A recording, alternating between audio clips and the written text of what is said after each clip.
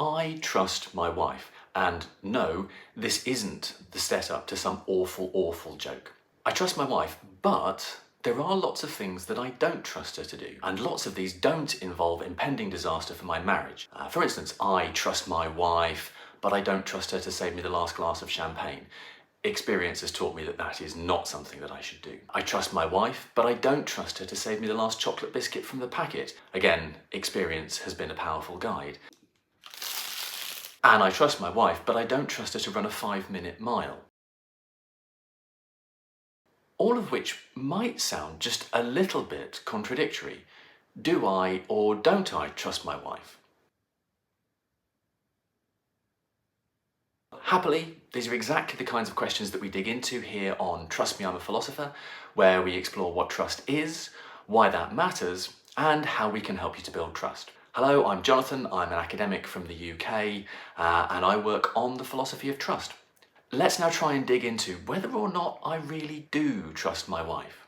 In this video, we're going to work through some philosophical analyses, some philosophical distinctions, and we're going to use those to make sense of the apparent or seeming contradiction that we might have in this particular case of trust. A distinction that's pretty well known in the philosophical literature is between what gets known as generalized trust and relational trust. Bear with me, we'll make sense of this. Generalised trust can be illustrated pretty straightforwardly with an example. Let's just imagine a case like Bob trusts Sally, okay? And as you can hear from the case, it's perfectly general. We're just saying that very generally, Bob trusts Sally. Perfect, no restrictions. We can compare that case though with an example of relational trust. Again, we can give you the example, Bob trusts Sally to hand in her work on time. Perhaps Sally is a work colleague of Bob's. Now this gets called relational trust because it looks like it's relating two people, Bob and Sally, to some particular kind of action. In this case, the completion of work on time. As I'm sure you can see as well, this is rather more focused and targeted than this general trust that we talked about just a moment ago. And these two things feel really quite different because in the relational case, although there is some particular thing that we're saying that Bob trusts Sally to do, he might not trust her to do a whole bunch of other things. So for instance, perhaps Bob really doesn't like Sally. He doesn't think that she can be relied upon to be a kind person, so he doesn't trust her to do nice things. Perhaps also at the cafeteria in work, he wouldn't trust her to save his place in the queue if he needed to step out. She's an inveterate queue jumper, queue hopper, would steer people in. And of course, I am British, so you will all know how I feel about queue jumping. Really what this comes down to is the difference in form. On the one hand, this very general notion of trust, Bob trusts Sally, and in this other case, a much more targeted relational notion of trust, where one person trusts someone to do some particular thing. Now, how does this bear on the original case that we were talking about? Me trusting my wife and yet also not seeming to trust her. Crucially, generalized trust and relational trust are different concepts. They have different structures. One's perfectly general, one's really targeted. And so by denying one of them, by saying, I don't trust my wife to do one particular thing, I'm not contradicting the perfectly general claim that generally, yeah, I trust my wife. Now, maybe you think that that's a little bit of an odd claim, two different concepts of trust, is that right? Is what I'm saying persuasive? One thing that we can think about to try and make it seem a little bit more persuasive and a little bit more intuitive is a comparison with another concept or another pair of concepts that we have, knowledge. Let's start off with a very general kind of a claim, one that mirrors Bob trusts Sally. Let's go for Jonathan knows Sarah. Those of you who've seen some of the other videos on the channel will know that because you've seen me talking to her.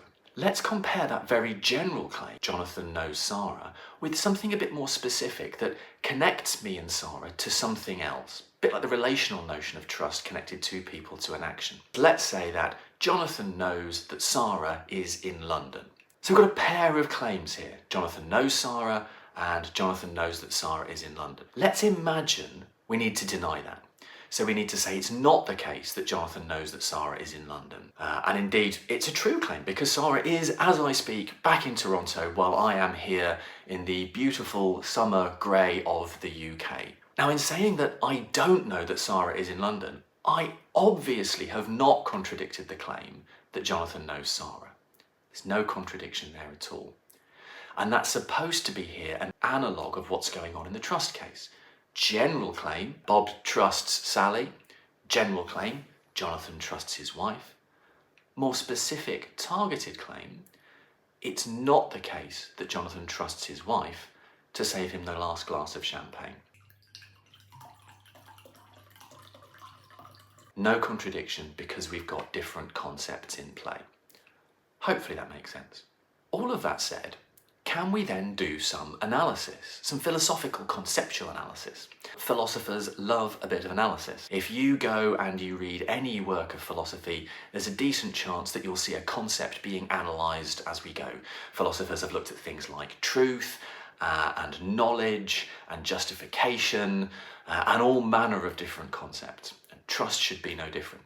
To start with, in our analysis, what we can do is reflect upon this relational trust a little bit more carefully. So let's suppose that I was going to trust my wife to save me the last glass of champagne, or that Bob was going to trust Sally to complete her work on time. It seems like there are at least two things that are going on when we make a claim like that, make an assertion of trust like that. The first of those is going to be something moral. If I say that I'm trusting my wife to save me the last glass of champagne, it does seem like I'm saying that she has a moral obligation to do it. She has some kind of commitment to me that means that actually she really should save me the last glass of wine if I'm trusting her to do it. That's the first component here. The second component of trust, though, is going to be something a bit like an expectation that what we're trusting is going to happen is indeed going to happen. So if we think about this case of me trusting my wife to save me the last biscuit in the packet, for instance, presumably if I'm trusting her, I'm not going to make alternative biscuity arrangements. I'm not going to keep a secret hoard of biscuits around in case she snaffles the last one from the packet. Because if I'm trusting her to save me the last biscuit, I have no need of that secret biscuity hoard. There are our two components of trust. There's a moral dimension, and there's also this kind of expectation that events will unfold in a particular kind of way. On then to the analysis. In my work, the view that I've defended of trust, this kind of relational trust, goes a bit like this. If I'm trusting someone to do something, then what that means is that I believe that they ought to do it, and I'm relying upon them to do it. So let's go back to the Bob and Sally case. If Bob is trusting Sally to complete her work on time, then it looks like Bob believes that Sally ought to complete her work on time. That ought is where we're going to get the moral component of trust coming from. Also that he's relying upon her to complete her work on time. Presumably he's not going to get someone else to try and do the work. He's not going to do the work for her. He's not going to stare over her shoulder every second of every day to make sure that she's really doing it. On my analysis, that's what trust will amount to. It's believing that someone ought to do something and then relying upon them to do it. And this looks like it will deliver us both the moral dimension of trust and also that expectation that things will unfold as we are hoping. That's it for this video. We started with a question of, do I in fact trust my wife? I really, really do. I generally trust her, but I do not relationally trust her to do particular things like saving the last glass of champagne. That said, I'd best go and fend her off from the fridge where there is some wine. In the meantime, stay suitably trusting, and I will catch up with you on the next video.